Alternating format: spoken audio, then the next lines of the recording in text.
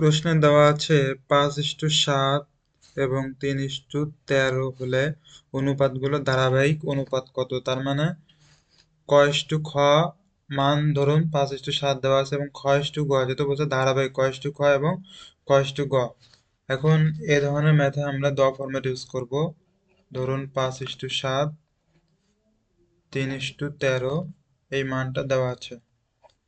এখন আমরা যদি একটা দ লিখি তাহলে দেখুন যে এটা একটা দ ফর্মে, তাহলে এই 3×5 = 15, দেখুন 3×7 = 21, 7 × 91, তার মানে 3×5 = 15 ইস্টু 3×7 = 21 ইস্টু 7 × 91, তাহলে অ্যান্সার কত?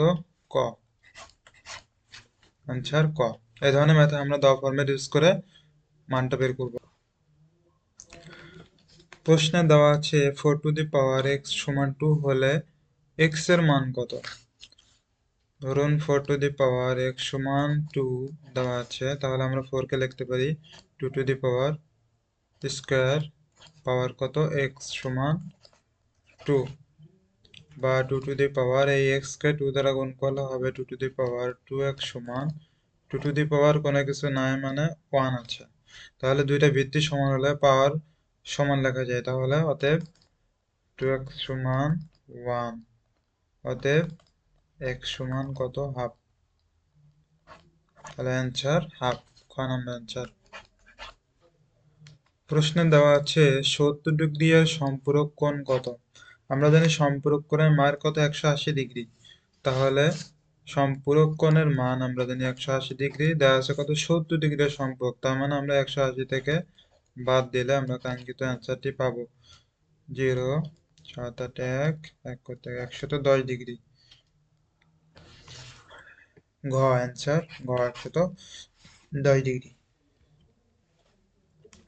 প্রশ্নে দেওয়া আছে বৃত্তের ব্যাস 20 মিটার হলে পরিধি কত? আমরা জানি পরিধি নির্ণয়ের সূত্র কি? 2πr।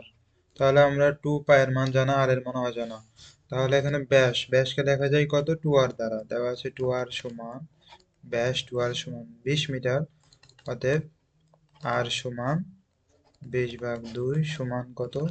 10।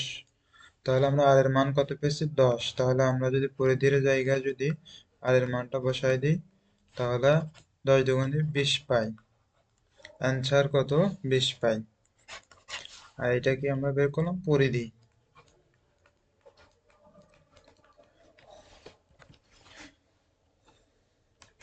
প্রশ্নে দেওয়া আছে সমবাহু ত্রিভুজের এক বাহু x মিটার হলে তাদের ক্ষেত্রফল কত? আর আমরা জানি সমবাহু ত্রিভুজ নির্ণয়ের ক্ষেত্রফল নির্ণয়ের সূত্র হলো √3/4a²। এটা হলো সমান সমান বাহুর দৈর্ঘ্য, তাহলে সমান √3/4 সমান সমান বাহুর দৈর্ঘ্য দেওয়া আছে দৈর্ঘ্য x, তাহলে এর জায়গায় x টা আমরা বসাই দিই, তাহলে কাঙ্ক্ষিত অ্যান্সার √3/4x²। অ্যান্সার খ, √3/4x²। প্রশ্নে দেওয়া আছে বর্গক্ষেত্রের এক বাহু 4 মিটার হলে কর্ণ কত? তাহলে আমরা বর্গক্ষেত্রের কর্ণ নির্ণয়ের যে সূত্রটা জানি কি? a√2। এটা হচ্ছে বর্গক্ষেত্রের কর্ণ নির্ণয়ের সূত্র কি? a√2। আর এটা হলো এক বাহুর দৈর্ঘ্য, দেখুন এক বাহুর দৈর্ঘ্য এখানে 4 দেওয়া আছে, তাহলে এর জায়গায় যদি আমরা 4 বসাই দিই তাহলে আমরা অ্যান্সারটা পেয়ে যাবো 4√2। অ্যান্সার 4√2।